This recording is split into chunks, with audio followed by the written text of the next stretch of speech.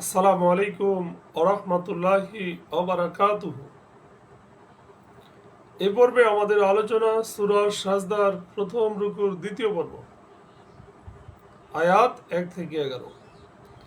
আলহামদুলিল্লাহ ওয়াসসালাতু ওয়াসসালাম আলা রাসূলিল্লাহ ওয়া আলা আলিহি ওয়া সাহবিহি আজমাইন, আম্মা বাদ। আউযু বিল্লাহি মিনাশ শাইতানির রাজিম। বিসমিল্লাহির রহমানির রহিম। রব্বি ইশরাহ লি সাদরি ওয়া ইয়াসসির লি আমরি ওয়াহলুল উকদাতাম মিন লিসানি ইয়াফকাহু কাওলি। এরশাদ হচ্ছে আলিফ লাম মিম। আলিফ লাম মিম এগুলোকে হুরুফে মুকাত্তাআত বলা হয়। তানজিলুল কিতাবি লা রাইবা ফিহি মির রাব্বিল আলামিন। এই কিতাব সৃষ্টিকুলের রবের পক্ষ থেকে অবতীর্ণ, এতে কোনো সন্দেহ নেই। তার মানে এই কোরআন মিথ্যা কথা, জাদুকর বা গণকের কথা অথবা মন গড়া কল্পনাপ্রসূত কোনো গল্প কাহিনীর গ্রন্থ নয়, বরং তা সৃষ্টি জগতের পালনকর্তার পক্ষ হতে পথপ্রদর্শক গ্রন্থ। আম ইয়াকুলুনা ইফতারাহ, নাকি তারা বলে সে তা রচনা করেছে। বাল হুয়াল হাক্কু মির রাব্বিকা লিতুনজিরা কওমান মা আতাহুম মিন নাযীরিন মিন ক্বাবলিকা লাআল্লাহুম ইয়াহতাদুন। বরং তা তোমার রবের পক্ষ থেকে সত্য, যাতে তুমি এমন এক কওমকে সতর্ক করতে পারো যাদের কাছে তোমার পূর্বে কোনো সতর্ককারী আসেনি, হয়তো তারা হেদায়াত লাভ করবে। অর্থাৎ এটা ধমক ও তিরস্কার স্বরূপ বলা হয়েছে যে সৃষ্টি জগতের পালনকর্তার অবতীর্ণকৃত কিতাব এটা অলঙ্কারপূর্ণ হওয়া সত্ত্বেও ওরা বলে তা নবী মুহাম্মদ সাল্লাল্লাহু আলাইহি সাল্লাম রচনা করেছেন। নাউজুবিল্লাহ। সেকেন্ড বিষয় হচ্ছে কোরআন অবতীর্ণ হওয়ার উদ্দেশ্য। এ থেকে বোঝা যায় যে আরবদের নিকট তিনি প্রথম নবী ছিলেন। অনেকে সোহাইব আলাইহিস সালামকেও আরবদের নিকট প্রেরিত নবী বলেছেন। এই মর্মে আল্লাহ তাআলাই ভালো জানেন। এই হিসাবে সম্প্রদায় বলে কুরাইশ সম্প্রদায় ধরা হবে, যাদের নিকট আল্লাহ রাসূলের পূর্বে কোনো নবী আসেননি। আল্লাহুল্লাযী খালাকাস সামাওয়াতি ওয়াল আরদ, আল্লাহ তাআলা তিনি আসমান ও জমিন এবং এই দুইয়ের মধ্যে যা কিছু আছে তা 6 দিনে সৃষ্টি করেছেন। তারপর তিনি আরশের উপর উঠেছেন। তিনি ছাড়া তোমাদের কোনো অভিভাবক নেই এবং নেই কোনো সুপারিশকারী, তবুও কি তোমরা উপদেশ গ্রহণ করবে না? তো আল্লাহ তাআলাই অসীম ক্ষমতা ও বিস্ময়কর সৃষ্টির কথা শুনে হয়তো বা তারা শ্রবণ করবে এবং তা নিয়ে চিন্তা ভাবনা করবে।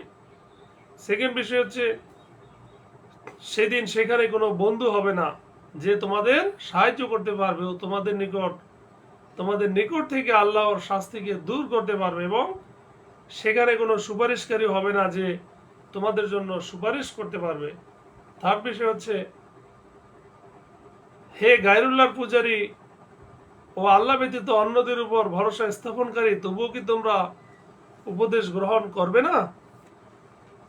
ইউদাব্বিরুল আমরা মিনাস সামাই ইলাল আরদ, তিনি আসমান থেকে জমিন পর্যন্ত সকল কার্য পরিচালনা করেন। সুবহানাল্লাহ। তারপর তা একদিন তার কাছেই উঠবে, যেদিনের পরিমাণ হবে তোমাদের গণনায় 1000 বছর। প্রথম বিষয় হচ্ছে এখানে আকাশ থেকে, যেখানে আল্লাহর আরশ ও লাউহে মাহফুজ আছে, আল্লাহ তাআলা পৃথিবীতে নিদর্শনাবলী অবতীর্ণ করেন, অর্থাৎ বিশ্ব পরিচালনা করেন, এবং পৃথিবীতে তার হুকুম বাস্তবায়িত হয়। যেমন জীবন মৃত্যু, সুস্থতা অসুস্থতা, চাওয়া পাওয়া, ধনী দরিদ্র, যুদ্ধ সন্ধি, সম্মান অসম্মান ইত্যাদি। আল্লাহ তাআলা আরশের উপর থেকে তার লিখিত ভাগ্য অনুযায়ী এসব কিছুর তদবির ও ব্যবস্থাপনা করে থাকেন। দ্বিতীয় বিষয় হচ্ছে তার ওই সকল ব্যবস্থাপনা ও নিদর্শনাবলী তার নিকট একই দিনে ফিরে আসে যা ফেরেশতাগণ নিয়ে অবতীর্ণ হন। তার দিকে ঊর্ধ্বগামী হতে যে সময় লাগে তা ফেরেশতা ছাড়া অন্যদের জন্য 1000 বছর হবে। অতঃপর একদিন সমস্ত কিছুই প্রত্যাবর্তিত হবে, যেই দিনের দৈর্ঘ্য হবে তোমাদের গণনায় 1000 বছরের সমান। উদ্দেশ্য হলো কিয়ামতের দিন, যেদিন মানুষের সকল আমল আল্লাহর দরবারে উপস্থিত করা হবে। উক্ত দিন কোন দিন তা নির্দিষ্ট করে বলতে ও ব্যাখ্যা করতে তাফসীরকারকদের মাঝে অনেক মতভেদ রয়েছে। হযরত আব্দুল্লাহ ইবনে আব্বাস রাদিয়াল্লাহু তাআলা আনহু এই বিষয়ে কোনো মন্তব্য না করে নীরব থাকতে পছন্দ করেছেন এবং তার প্রকৃত উদ্দেশ্য আল্লাহর উপর ছেড়ে দিয়েছেন। এই কথা কুরআন মাজিদের 3 জায়গায় এসেছে এবং 3 জায়গাতেই আলাদা আলাদা দিনের অর্থে ব্যবহার করা হয়েছে। এই আয়াতে দিন বলতে আল্লাহর নিকট যে সময় তা বোঝানো হয়েছে এবং সেটা আমাদের হিসাবে ৫০,০০০ বছর হতে পারে, তবে এটা একটা আইয়াম, 6 দিনের সৃষ্টি করাটা। যালিকা আলিমুল গায়বি ওয়াশ শাহাদাতিল আজিজুর রহিম, তিনি গায়েব ও হাজির সম্পর্কে জ্ঞাত, তিনি মহা পরাক্রমশালী পরম দয়ালু। আল্লাযী আহসানা কুল্লা শাইইন খালাকাহু, যিনি তার প্রতিটি সৃষ্টিকে সুন্দর করে সৃষ্টি করেছেন এবং কাদামাটি থেকে মানুষ সৃষ্টি করেছেন। তো অর্থাৎ তিনি যেভাবে সৃষ্টি করেছেন সেটাই উত্তম ও সুন্দর। তিনি প্রতিটি বস্তুর সৃষ্টি অত্যন্ত মজবুত ও নৈপুণ্য সহকারে সম্পন্ন করেছেন। সুম্মা জাআলা নাসলাহু মিন সুলালাতিন মিন মাইন মাহিন, তারপর তিনি তার বংশধর সৃষ্টি করেছেন তুচ্ছ পানির নির্যাস থেকে, তার মানে বীর্য হতে।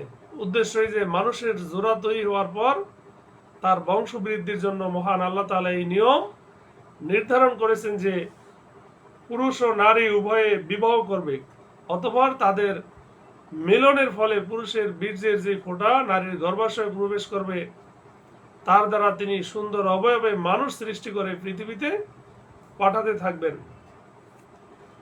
সুম্মা সাওয়াহু ওয়া নাফাখা ফীহি মির রূহি, তারপর তিনি তাকে সুঠাম করেছেন এবং তাতে নিজের রূহ থেকে ফুঁকে দিয়েছেন, আর তিনি তোমাদের জন্য কান, চোখ ও অন্তরসমূহ সৃষ্টি করেছেন। তোমরা খুব সামান্যই কৃতজ্ঞতা প্রকাশ করো।